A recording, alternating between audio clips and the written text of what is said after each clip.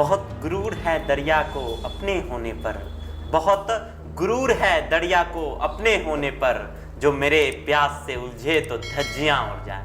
नमस्कार, केवी स्टूडियो के इस खास मुहिम कहता बेगूसराय बढ़ता बेगूसराय में आप तमाम दर्शकों का मैं कवि नीलेश हार्दिक अभिनंदन करता हूं, स्वागत करता हूं, वंदन करता हूं और खैर मकदम करता हूं। आज हमारे साथ राजद के जिला कार्य समिति सदस्य एमडी इकबाल साहब आपसे रूबरू होंगे और अपनी जिंदगी की कहानी अपनी जुबानी से बयां करेंगे। नमस्कार सर।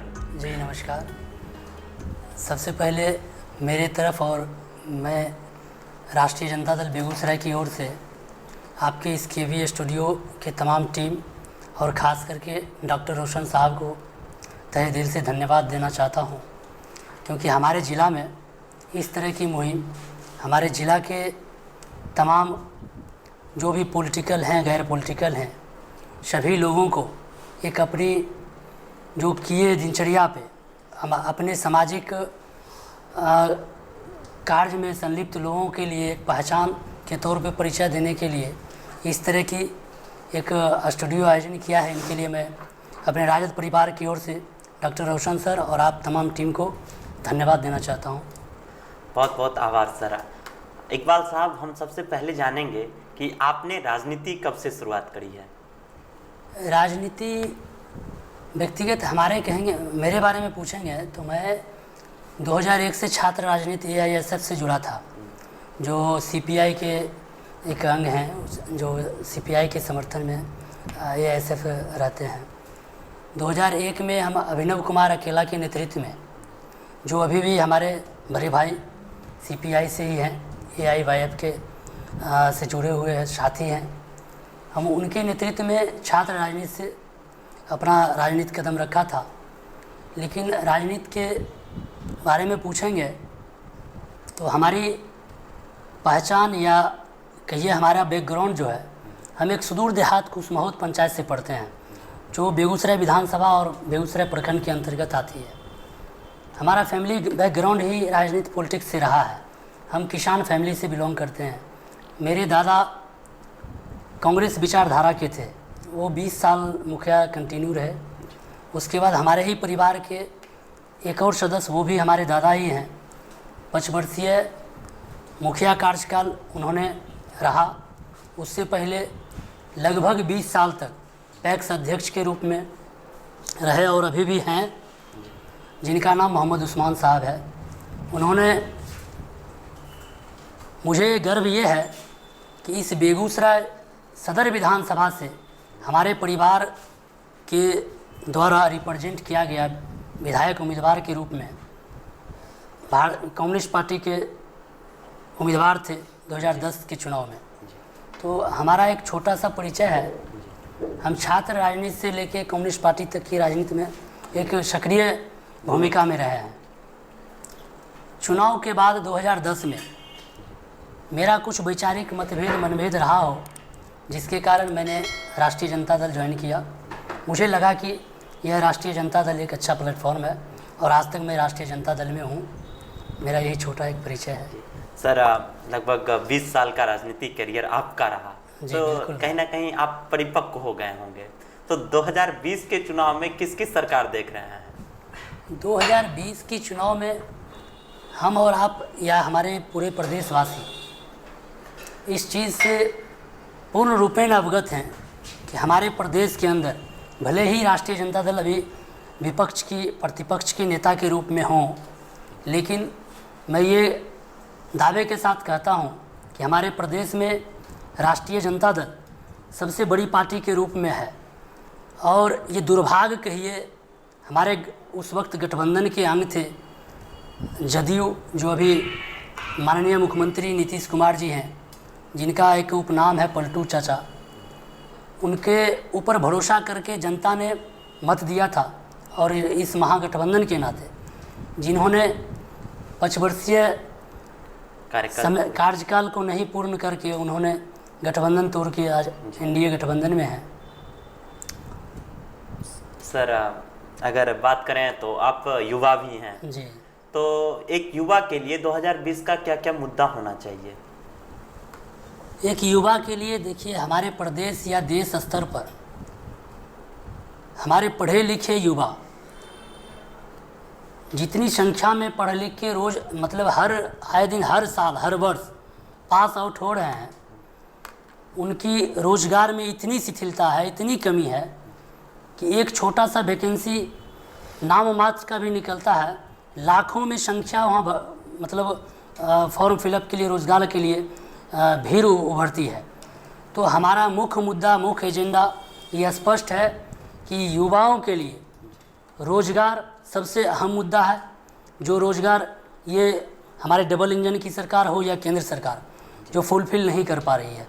आए दिन आप लोग को भी पता होगा, हम लोग देखते हैं बहुत से सारे संस्था हैं, चाहे एजुकेशन का ही हो, आप यूनिवर्सिटी स्तर से ले लें, यूनिवर्सिटी में विद्यार्थियों की संख्या इतनी है, लेकिन प्रोफेसर जो लेक्चरर हैं, पढ़ाने वाले की संख्या नगण्य है और बहुत सारे रिटायरमेंट ले चुके हैं, फिर भी इस तरह की व्यवस्था है।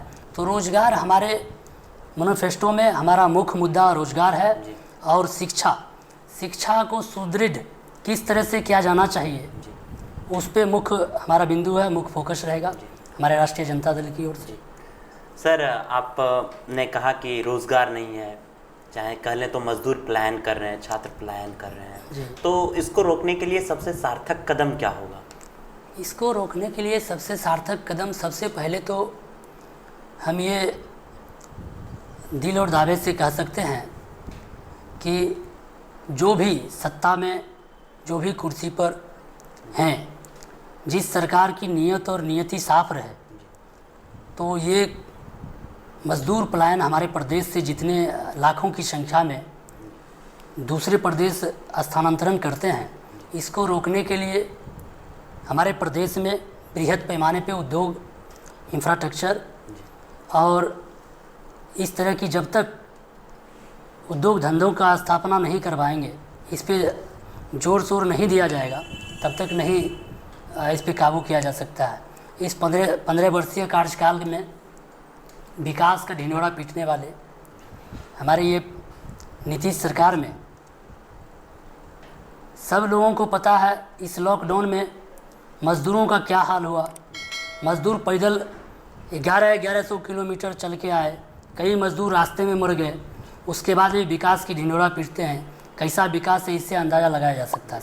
सर, आप छात्र राजनीति से भी जुड़े रहे हैं, तो शिक्षा के क्षेत्र में और क्या क्या बदलाव की ज़रूरत है वर्तमान समय में?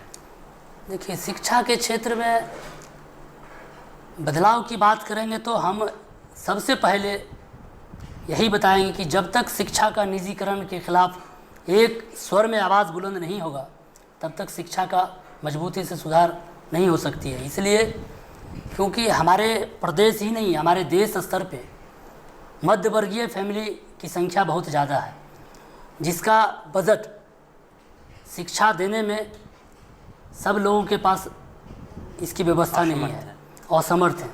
तो जब तक इस निजीकरण शिक्षा पर सब लोगों का जोर नहीं हो, निजीकरण के खिलाफ खड़ा नहीं होंगे, तब तक शिक्षा बेहतर नहीं हो सकता है। और शिक्षा के संदर्भ में बात करेंगे तो अभी जो हमारे डबल इंजन की सरकार है, शिक्षकों की जो बहाली ली गई है, इस बहाली प्रकरण को यदि देखा जाए,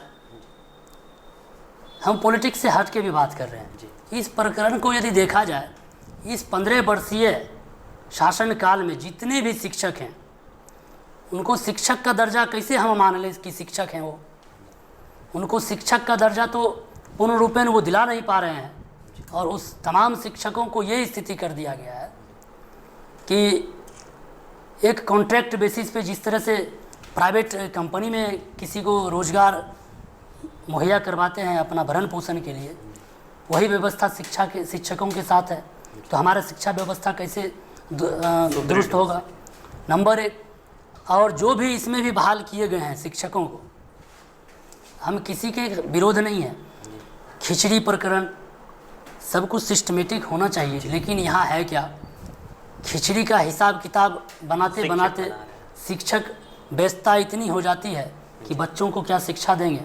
बच्चे भी खिचड़ी पे तोड़ जोड़ लगा देते हैं। तो हमारे प्रदेश की शिक्षा व्यवस्था कहाँ जा रही है, ये हमारे आपसे मतलब ये जुदा नहीं है, छिपी हुई नहीं है। सर, आप खिचड़ी की सरकार की बातें कर रहे हैं या और बड़ी बड़ी बातें कर रहे हैं जी, लेकिन आपने कोरोना काल में क्या क्या किया?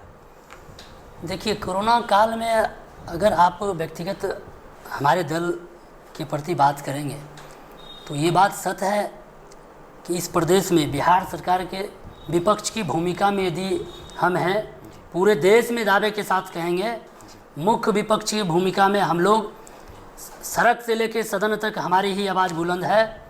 और कोरोना काल की बात करेंगे तो हमारे प्रदेश के अंदर जितने भी कोरोना के नाम पर जो कैंप लगाए गए थे नीतीश कुमार जी के द्वारा, ये कोरोना के नाम पे लाखों लाख की भ्रष्टाचारी करवाई गई है।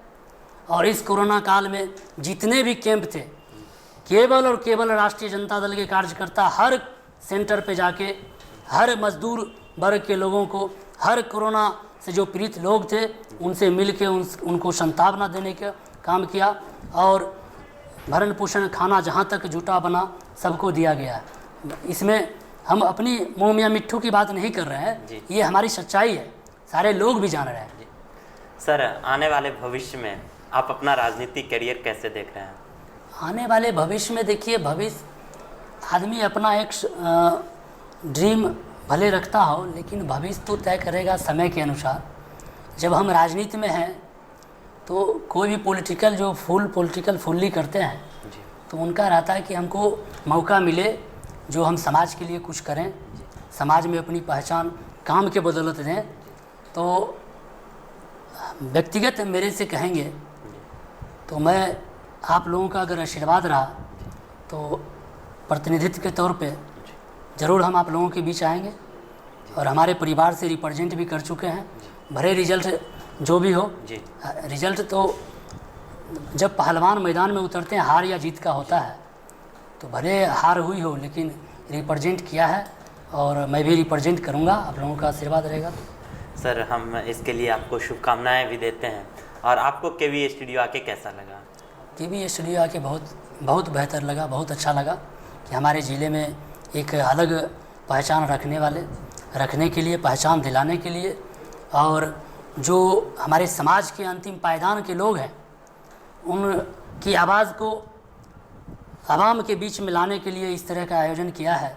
इसके लिए मैं आप तमाम टीम को धन्यवाद, और इसके लिए खास करके डॉक्टर रोशन सर बधाई के पात्र हैं।